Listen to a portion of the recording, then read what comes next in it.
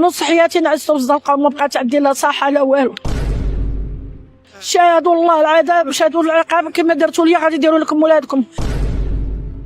راح شوما الدنيا فايته شناريات انا ندرق وجهي نموت. هاد السيدة كتروي معاناتها بعد ما تخلاو عليها جميع ولادها السبعة. سمعوا شنو قالت ونرجعوا لكم. جات له عمك صاحبي راه عيب.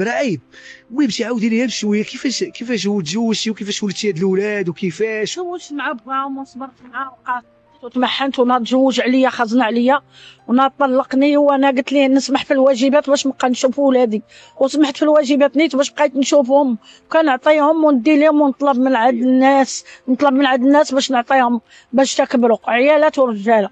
ودابا ملي كبرت وقلت صحتي ملي كان عندي كانت وحده في مديونه كيقول لها الهام المهل الهام كتقول لي امي شوفي امي مزوجه لا شوفي فيه مزوجه براجل وداك الشيء كتقول لي امي شوفي الا شريت الدار نديك البلاصه المخيره وندير لك البلاصه المخيره ونصيفطك للحج. كنقول لها ما يمكنش كانت نصير عليها ونعطيها وفي الاخر كتمشي تسمح فيا وتجري عليا في الليل كنجي نعس هنا. نص حياتي نعست في الزنقه وما بقات عندي لا صحه لا والو. تحت على المراره دابا يلاه 20 يوم فتحوا لي المحسنين ورجليا ضارني انا مزوقه في الله. وفيكم الا كان شي واحد محسن وقلبه شيش يشوف من حالي راني ما عندي باش نخلص لا موضه ولا والو. كاريه ب 12,000 ريال والده 7 وما عقلوش عليا ما عرفونيش ولاحوني من اللي قلت الصحه وكنت هازه ومن بعد كون والو لا دريات لا درايكم من بعد كتفيتها ومن بعد ولا لايحه ومن بعد نقول ما كاين باس ما دزتهمش ولاحوا في الخير هما وليدي وقلبوا عليهم وسولوا عليهم وهزوهم. عندي المهل سم محمد لا هذا ماشي ولا الاسميه شباب 5 جوج دراري و5 والو ما عقلوش عليا ما عرفونيش حتى وحده فيهم ما خرجت حنينه فيهم وحده راه ما مزوجاش عندها الدار فاحين نور وعندها الفلوس في البنك وكل شيء خدامه موظفه في جوج محاميين عمرها ما سولت عليا ولا فكرت فيا ولا ما عقلتش حتى على 9 اشهر. بغيت نفتح وعيط لها وقلت لها عطاوني النمره ديالها قالت لي عطا النمره ديالها والمحسنين نجري عليها ما عمرها كتسول عليا كنقول لهم الله يهديهم كما درتوا لي وليداتي راه الله شاهدوا الله العذاب شاهدوا العقاب كما درتوا لي غادي يديروا لكم ولادكم. راح شوما الدنيا فايته شناريات انا ندرق وجهي نموت. نتوما اللي باقيين حيين باقيين صغار في الدنيا ما تعذبت عليكم وتمحنت عليكم وضربت عليكم تمال عقلوا على 9 اشهر اللي كنتم بكرشي شكون هو وكنت ندي صغير واحد صغير فيهم نجيبو معايا السوق وكبرته وتمحنت عليه وتمرت عليه تا هو ما عقلش عليا ما عرفنيش. ما عندي غير الحباب هنا في المارشي ما عندي حتى واحد بيسولوا عليك ولاد.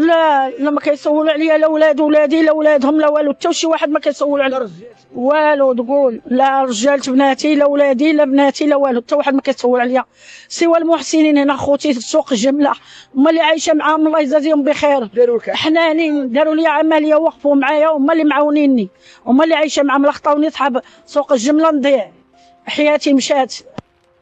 إذن كما شفنا هاد السيدة كتروي واحد القصة مؤلمة على ولادها اللي حسب كلامها من بعد ما كبروا وتفرقوا عليها ما بقاوش كيسولوا فيها ولا كيهتموا بوضعيتها.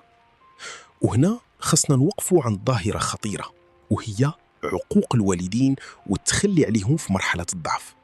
لأن الأم والأب ملي كيكبروا ما خصناش نشوفوهم كعبء، بالعكس هذه هي المرحلة اللي كيحتاجوا فيها أولادهم أكثر من أي وقت مضى. دينياً بر الوالدين ماشي اختيار وإنما واجب، والإحسان لهم خصوصاً من اللي يوصلوا للكبر والضعف من أعظم صور الوفاء. واجتماعياً الولد اللي كينسى والديه من بعد ما كبروا ورباه وضحاو عليه راه ماشي غير كيهدم علاقة عائلية وإنما كيساهم حتى في انتشار واحد السلوك خطير داخل المجتمع.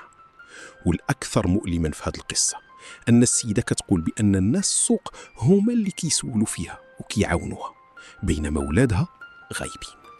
وطبعا ما نقدروش نحكموا على أي عائلة من خلال تصريح واحد ويمكن تكون تفاصيل أخرى ما عارفينهاش، ولكن الرسالة واضحة، الخلافات ممكن توقع ولكن الرحمة والسؤال والاهتمام بالوالدين ما خصهاش تضيع. وإحنا كأبناء خصنا نسولوا راسنا واش فعلا كنقدروا نردوا ولو جزء بسيط من التضحيات اللي داروا والدينا من أجلنا. وفي الأخير هاد القصة كتخلينا نراجعوا علاقتنا بوالدينا ونتذكروا أن البر والاهتمام ماشي غير واجب ديني ولكن حتى واجب إنساني وأخلاقي. إلى عجبكم الموضوع ما تنسوش تدعموا الفيديو بلايك وتشتركوا في القناة وتفعلوا الجرس باش يوصلكم كل جديد، ونتلاقاو في موضوع جديد. دمتم بخير.